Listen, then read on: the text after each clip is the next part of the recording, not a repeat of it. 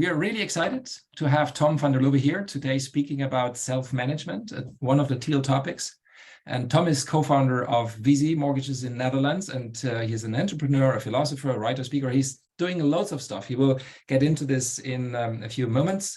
Tom is going to be talking about for, say, 20 minutes. And after that, we'll move into questions, building on the stories.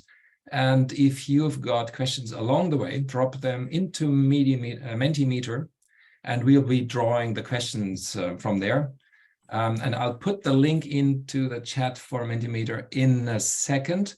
And without further comments, I will hand it over to you, to your storyteller, to our storyteller, Tom van der Lubbe. So the title is, it's about self-organization, or often you talk about holacracy in times of crisis. In the past, I also talked about holacracy or self-organization in normal times, in peace times. And now I'm going to share our lessons learned or our journey during the times of crisis. So short introduction for those who don't know us, then something about crisis in general. Then I would like to explain our rules, 10 rules of VZ. And then I would like to dive into a few of those principles. And then I hope there's enough time to answer your questions, because I think that's the most interesting part of the whole presentation. So I'll try to go as fast as possible. So if you could click further, Michael. Just a very short background information, which is not so important. I'm Dutch, and since that's the bottom is that I'm a co-founder of the company VZ since more than 10 years. Okay, we'll click further. Short information about the company. So you have kind of background information. We're more than 10 years old, 4 founders, more or less average 40 people. We are an independent mortgage advisor, only active in the Netherlands. And at the moment, we do 1 billion mortgage volume per year and have around 15,000 clients. So we are a relatively small company. And we're mainly known because of putting people first, awards, great place to work, and other stuff. So for those who are interested, you can just Google it. Okay, I want to say something about crisis in general. And as I'm not a typical business guy, I'm a historian, I studied political science and this kind of stuff. I always like to get inspiration from literature or politics whatsoever. And the problem of a crisis is that, and I found this quote by Hemingway from his book, The Sun Also Rises, where he writes about the Spanish Civil War. How did you go bankrupt? Bill asked. 2 ways, Mike said, gradually and then suddenly. And if you would like to click further, Michael, what is very interesting about crisis is that it's not a linear process. And that's something to keep in mind if we talk about decision-making processes, no matter if it's self-organization or other companies and other organizational setups. And I found a good example of an Italian professor who takes Seneca, the Roman philosopher. And I like the picture on the left side where you see that, let's say, building up a company is a gradual process. And then afterwards, when you go into a crisis situation, you have a totally different time framing. So, and it's called the Seneca effect. That system's rate of decline is much sharper than its earlier rate of growth, and that means for your whole decision-making processes that you have a totally different setup. So that's as a kind of background or introduction. Okay, now we'll dive into our rules. So if you just go one further, the talks we did in the past was to explain how do you build or scale a company, or how do you progress if you want to implement self-organizational structures.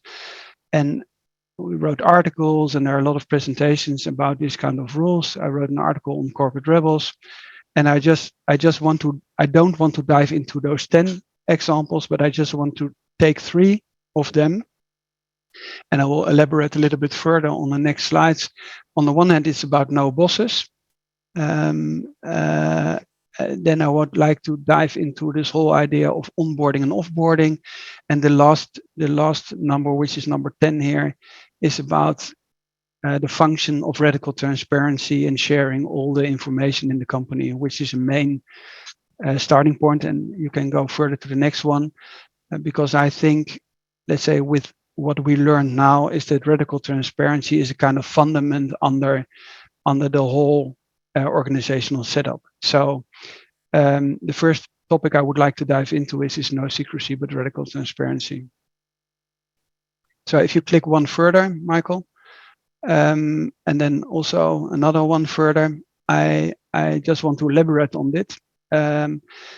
This principle of no secrecy but radical transparency comes from politics. It's not invented by IT professionals, and it means that you have open access to any information which we know, for instance, from Parliament or legislation. If it's about public accessibility of how, for instance, a state is governed, that's where it comes from. And let's say in this situation or in these times of crisis, a lot of probably companies will go through. We were lucky that because of the 2 years of COVID and remote working, we already were used to weekly town halls, and this rhythm of sharing details about the situation in your company was just part of our culture. What changed in this economic downturn, which, let's say, started more or less a year ago, especially when you talk about the mortgage, about the real estate markets, and they were severely changed because of interest rates and Ukraine, etc., but also because there was a booming period which came to an end. What changed in our structure is even a little bit more higher rhythm. So we have these weekly town halls, but we're more strict on that. And the monthly metrics became weekly. That's a very classical thing, that in a crisis situation, the intervals or the rhythm goes becomes faster. And we focused on financial metrics. So about liquidity, revenues, and costs. So the whole company knew how much cash is available, what's your run rate, etc. So this is a starting point. So you can go to the next one. Then the question in times of crisis is, well, what happens to your leading, let's say, structure? Because in a lot of situations, you have a discussion in this whole, let's say, organizational space, that self-organizational structures don't work in times of crisis. You need a strong male red type of leadership, and then everybody says, no, self-organization doesn't work anymore. So I want to dive into this. No boss is everybody a leader of his own role. So if we dive into this, I just want to, you can click on the next one. I just want to show the principle. So in the normal time where you build up a company gradually, we had this rotation principle, and we always said it's rotation over experience. So we said it's more important that a lot of people are able to experiment and grow and just gain experience. That's much more important. So rotation was over experience. Normally you would say, no, just continue, Michael, you did an excellent job, just continue with the job. No, it was rotation over experience. In a crisis situation, it changes. And that was something I wanted to share, is that everybody just suddenly said, okay, no, at the moment, it doesn't make sense to put rotation over experience, exactly the other way around. So you had in all those teams, you had not only for the lead link, for the person who is in charge of the resources and the kind of coordinational role, but it was always also the secretary or the moderator. Everybody immediately said, no, it doesn't make sense. Somebody who is used to this and has a lot of experience should take over this role at this moment. So that's the first. big, or the second big learning after radical transparency. I would like to dive into the next one. And I just want to give you some background for those who are interested. This whole idea of rotation of leadership is a very old principle. It's a Republican idea. It was used in Athens 2,500 years ago. The merchant cities, consultancy firms, and investment banks still work with it. Family-owned businesses sometimes have them, and the Swiss government, which is on the left side of this picture. So people who are interested in this idea of rotation, you can dive into this if you want to have more information. So I'll go to the next one and want to show you the difference in leadership style, because that is also something we experience. That on the left-hand side of this picture, you have this peacetime, normal, gradually situation, and then on the right-hand side, where you have this crisis, you have a kind of wartime or war room or a wartime setting.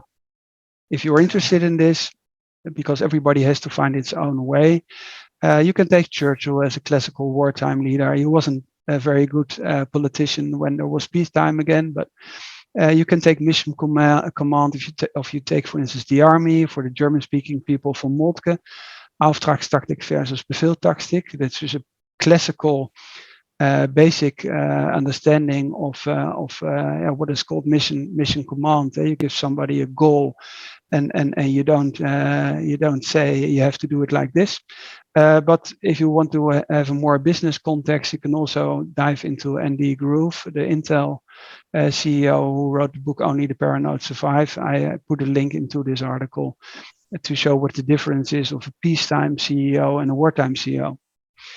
And that also changed. So I would like to go one further and just show you in practice.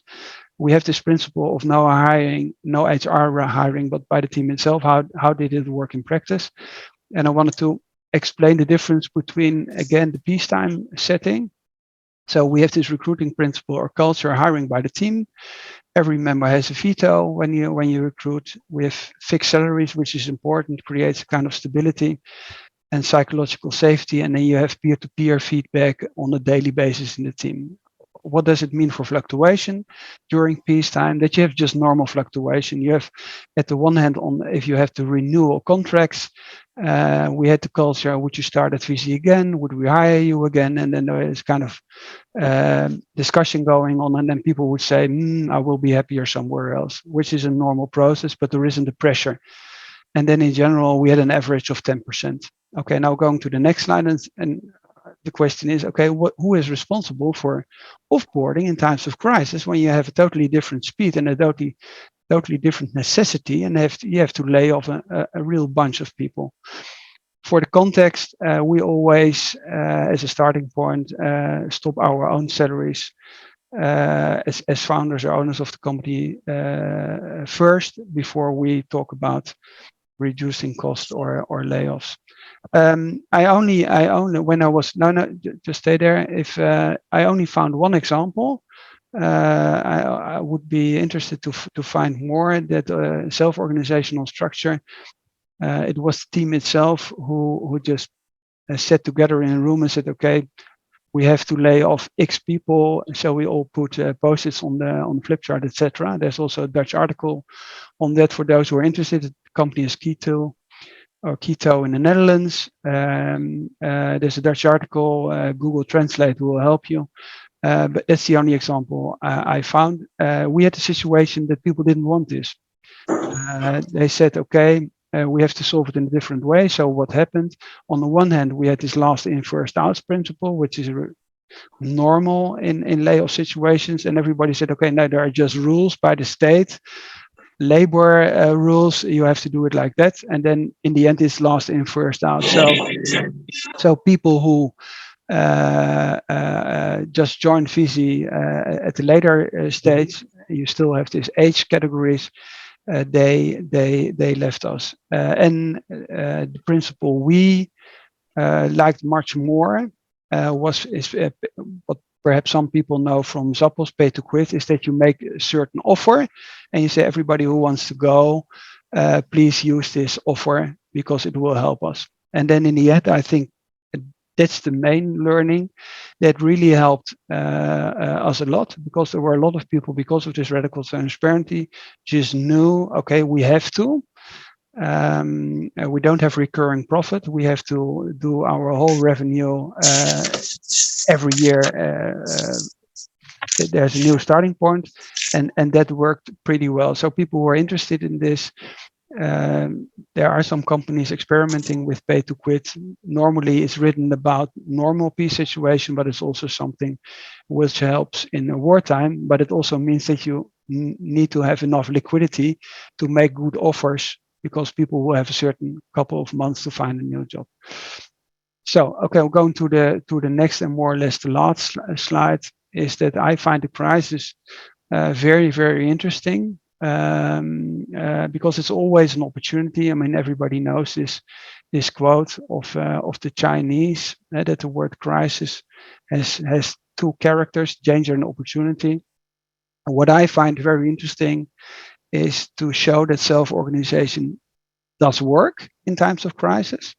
But what I find much more important is to show that its self-organization is more flexible, more agile, it's more transparent, it's more honest, and it's in the end also more human, because you have a ongoing discussion in the company.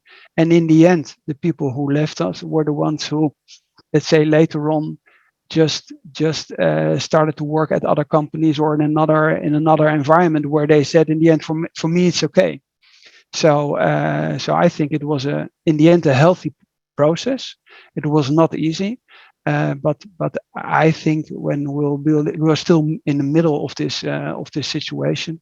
I think in the end it will show that self-organization is totally suited for times of crisis, and that this whole idea that self-organization only works in good times and not in bad times will be proven to be wrong. So that's my short presentation, and I hope we have half an hour then for discussion. Is this fine, Michael? That's excellent. Thank you very much. So I'm just quitting the screen sharing, and I would just like to go into the questions we have so far. We have, and anyone who has not yet put the questions into the Mentimeter, just looking into the round. Does that work actually? Does that work for you guys with the code? Okay, I'll share it once again. We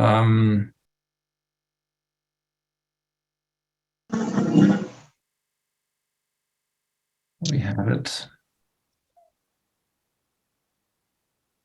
So the technical stuff is quite challenging today, isn't it?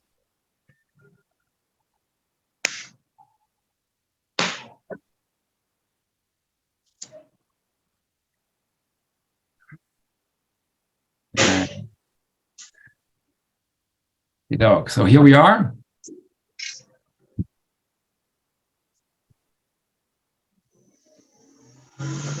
So one of the questions is, what is the golden rule? So could you expand on this, please? Yeah, golden rule is the classical rule, and you find it in every religion. Treat anybody like you want to be treated yourself. And if you're interested in it, there are presentations or interviews only about this topic. Okay, good. Yeah. And one of the next questions is, how have you decided how many people have to be laid off and at which point of time?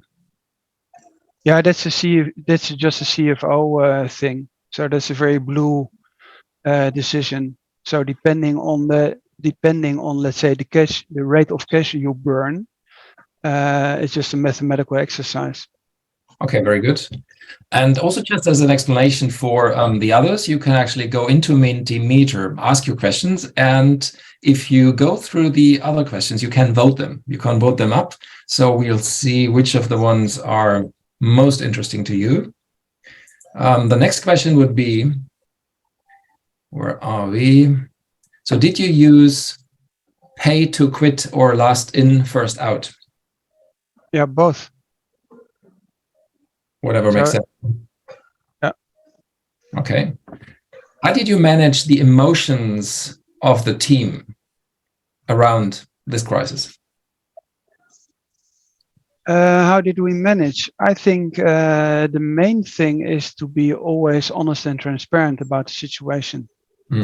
So the interesting thing is that in the end, and that's also something I proved in research, because there's always more or less a starting point in all we do, is that people on the work floor, they said or gave us a feedback, you should be much faster in your actions.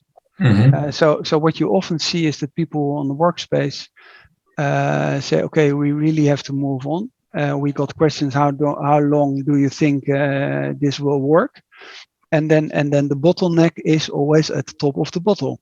It's the management between brackets, because we don't call this management, but let's say also in holacracy or sociocracy or self-organizing structures, you also have people with, let's say, accountabilities of it's called a lead link, or doesn't matter. And those people, they are pretty reluctant and say, okay, let's see, perhaps it will become better, etc. Hope the crisis in Ukraine stops. Perhaps the ECB, a European Central Bank, will lower the interest rates again. This kind of stuff. So, and that's what you exactly see in the Seneca effect. That, let's say, companies go bankrupt in the end, not because they don't have a profitable business model. No, they're not fast enough in taking the right decisions. And that's something which plays an enormous important role. So on the one hand, by sharing this data on a weekly basis, and the cash flow and the run rate, etc., creates a kind of need for urgency. And then on the other hand, let's say people also know, if you do this offer and say, okay, who wants to use this offer, then people really took it. And even said, what I found not astonishing, but because, let's say, that also has to do with the culture you build up in 10 years. But people said, I think I should go because I know that other colleagues of mine are much more, let's say, VC lovers than I would be. So, and then people afterwards went to, let's say, more corporate setting or worked for the state, etc. And I said, when I'm very honest, my colleague next to me deserves to stay, and I will take this offer, which is an emotional thing. So you have tears in the room, and you have, let's say, if colleagues then, let's say, are in front of a town hall and say, okay, we have to lay off, and this will be the process, etc. That is a process which is a very emotional thing. But we didn't have in our whole lifetime, never had any lawsuits or any topics or any.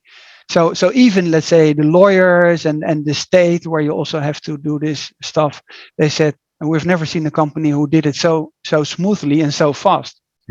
So in a couple of weeks, everything, let's say, the main layoffs were, let's say, took place, and there was kind of new equilibrium again.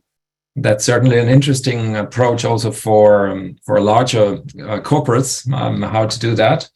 One more question here. How did you manage? No, this one we had already. So I know, but respecting the non-HR hiring, how do you stop groupthink and promote diversity of thought? In the recruiting or in the layoffs? I think it's concerning the hiring. So respective the no HR hiring, how do you stop groupthink and promote diversity of thought?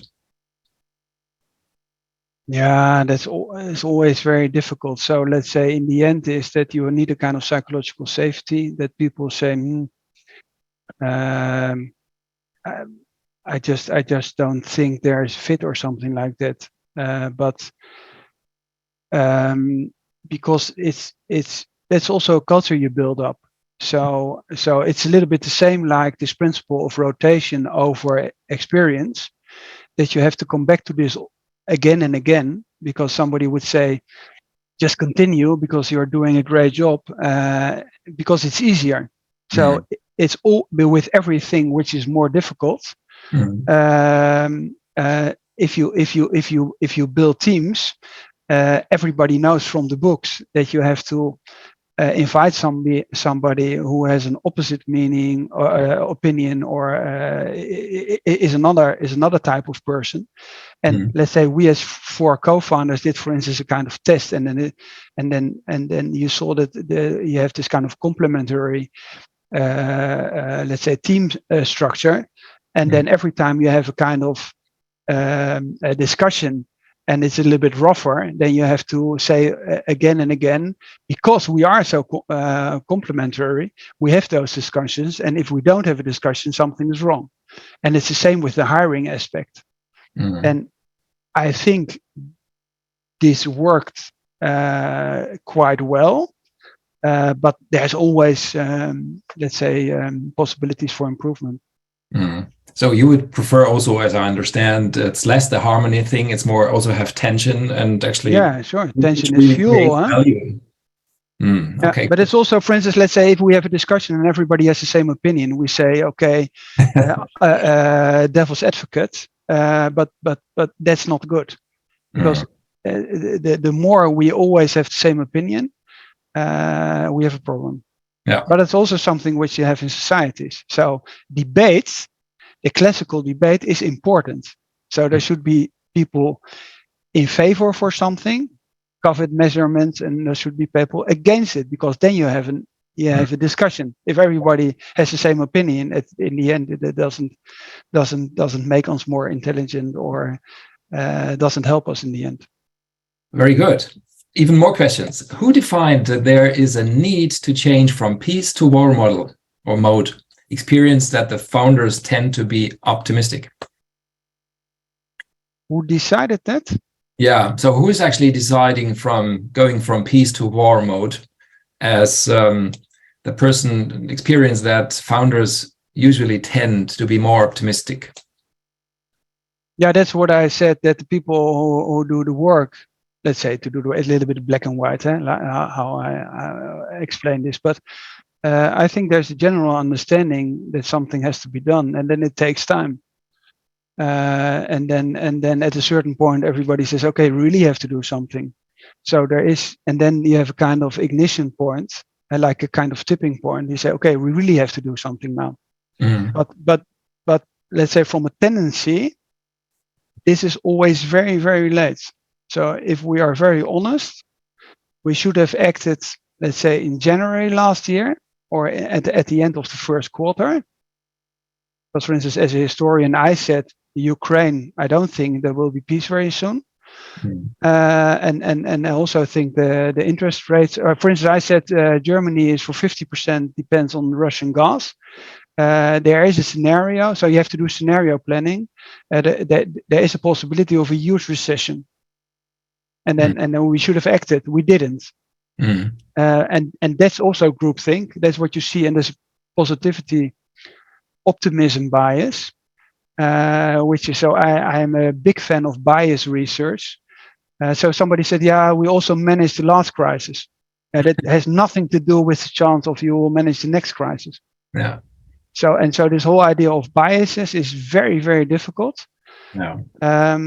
So it's extremely complicated, and I just wanted to pick a few simpler, easier parts. But in the end, yes, you really have to dive into biases, decision-making processes, etc., and also be very critical afterwards. I mean, we're not there yet, but afterwards, you say, okay, what do we learn from this? So that also means that you wouldn't go the traditional way, go looking for experience only, but also who has the expertise to tackle the problem actually laying in front of you. So the expertise is actually overruling the experience. Is that what you're trying to do? It's a combination. So let's say there are two possibilities. The hard way is you learn it yourself, and then it's called experience. And if you want to move a little bit more intelligent, you would dive into the research. So let's say, for instance, our salary with the fixed salaries, etc., or the hiring, that's also based on research. So psychological safety, Amy Edmondson, and so on. But what you just see is that there are a lot of books about recruiting and onboarding, etc. You don't find proper stuff about layoffs. And if you, it's also an interesting topic.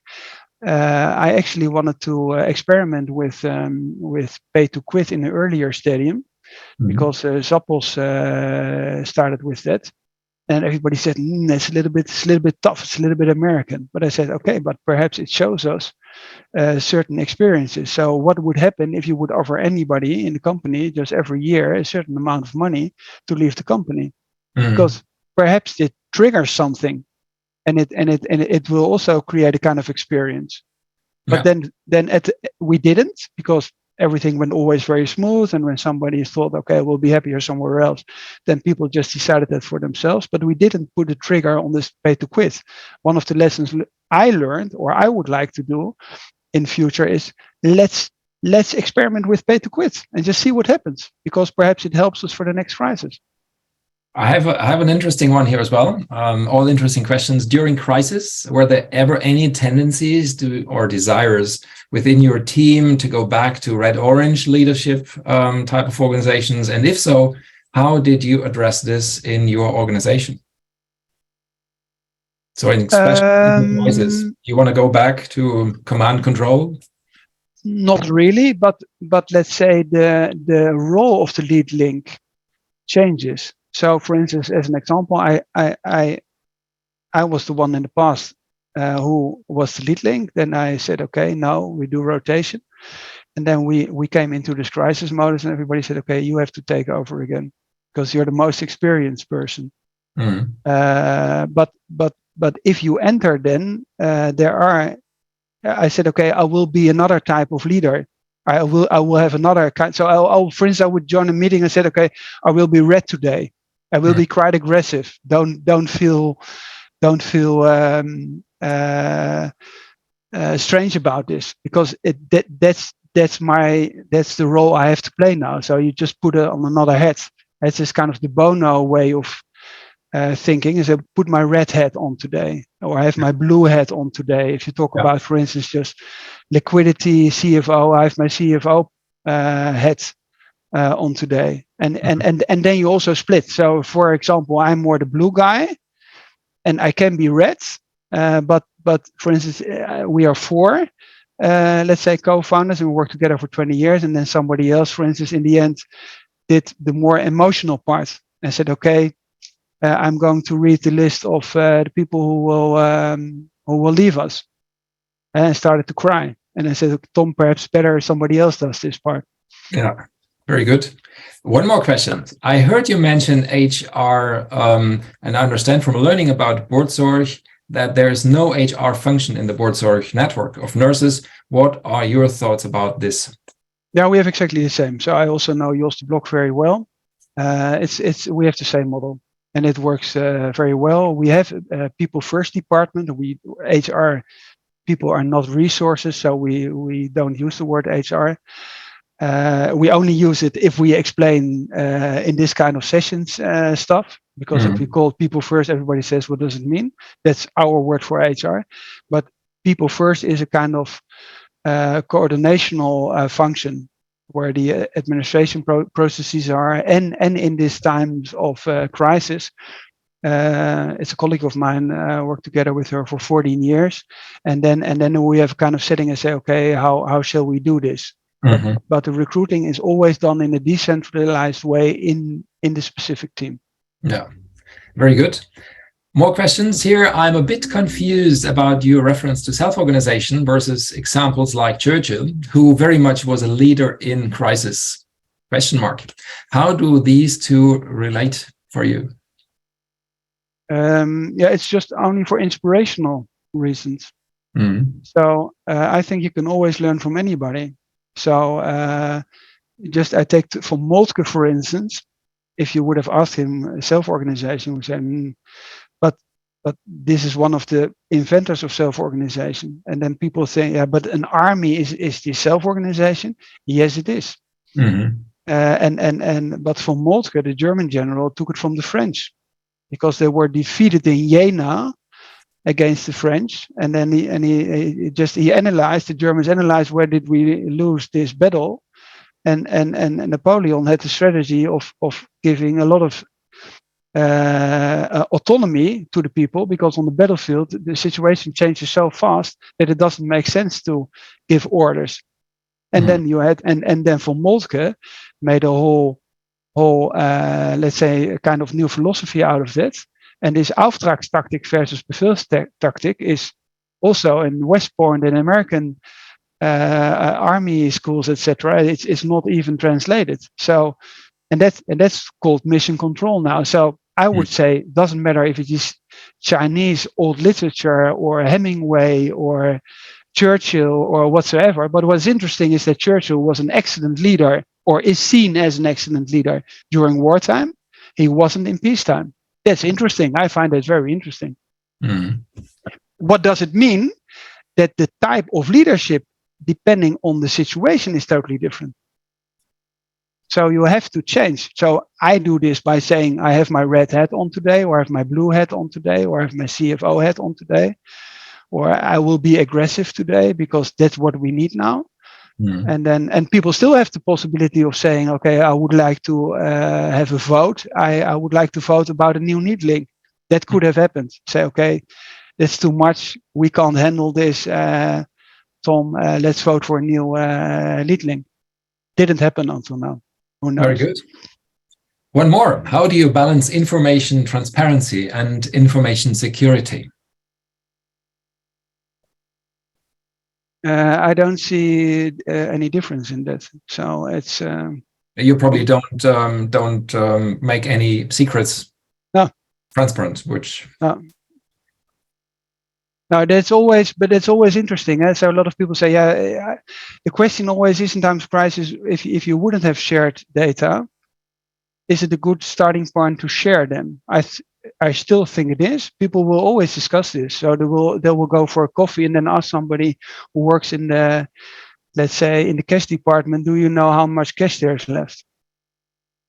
So this kind of discussions will take place. It's the same about salaries. So if you're not used to that, people always think, oh, salaries is a huge secret.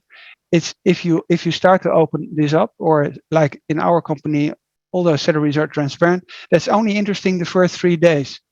Yeah. Afterwards, nobody is really interested in it. Interesting point, yeah. One more. If it's possible at all, would you say that crisis enabled or crippled your team with regards to self-organization? What did crisis mode do to your team's sense of agency? Yeah, I didn't show the last slide. I always quote Friedrich Nietzsche: "Everything which doesn't kill you makes you stronger." And I think that happens always. So no matter if it is our company, or if you go through a difficult period as a person and you survive it. So I mean, I'm a good example. I had cancer when I had 20. If you survive it, it's the best thing which can happen.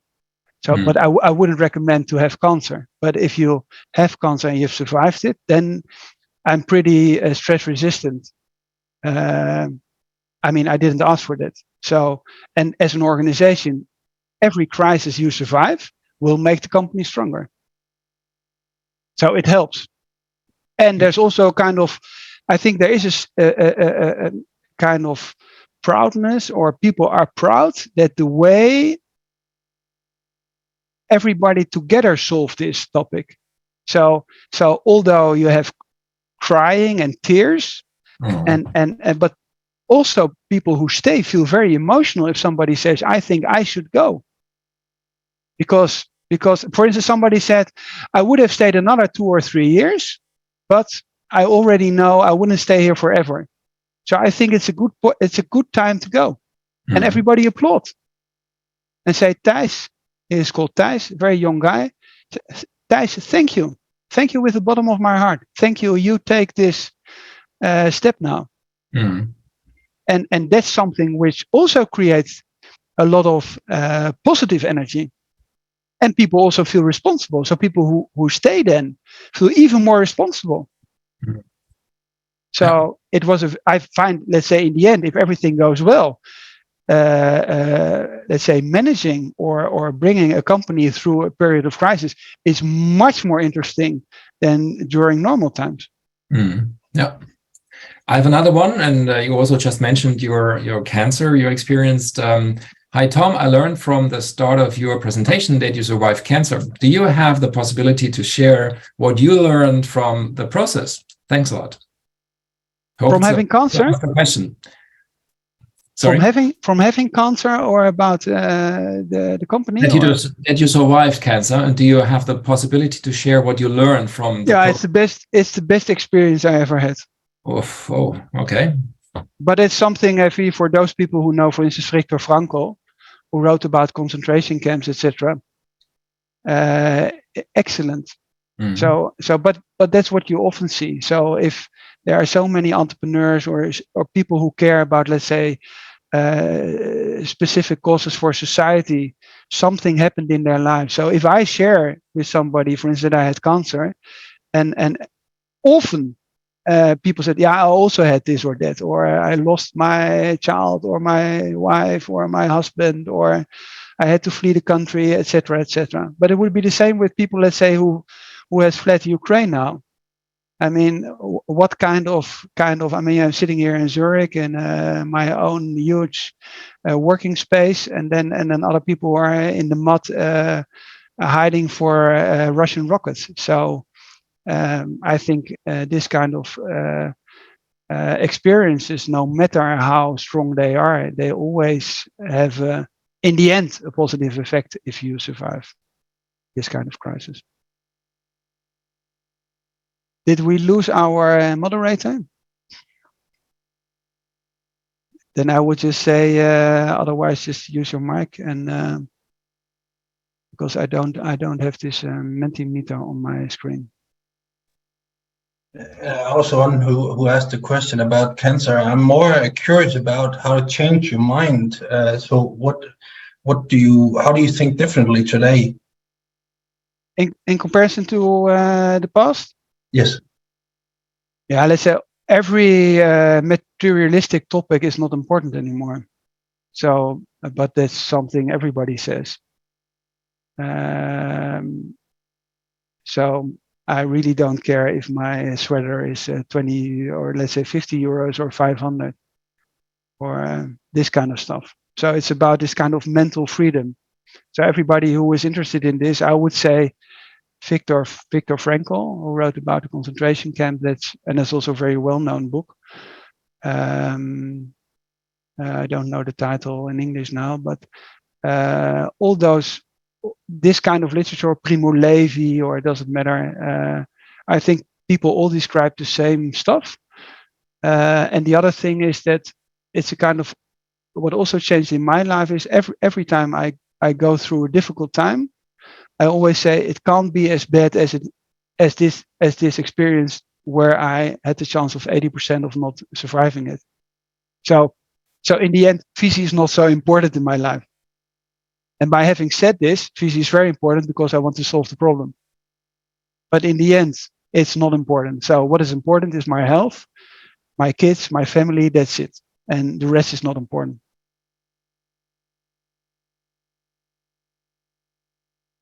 Who else? I was kind of curious about whether alternatives to layoffs came up, like cutting salaries, and how the other types of thinking would have gotten surfaced in that situation. Very good. I should have mentioned that. That's the first thing we checked, but we just didn't get the numbers together.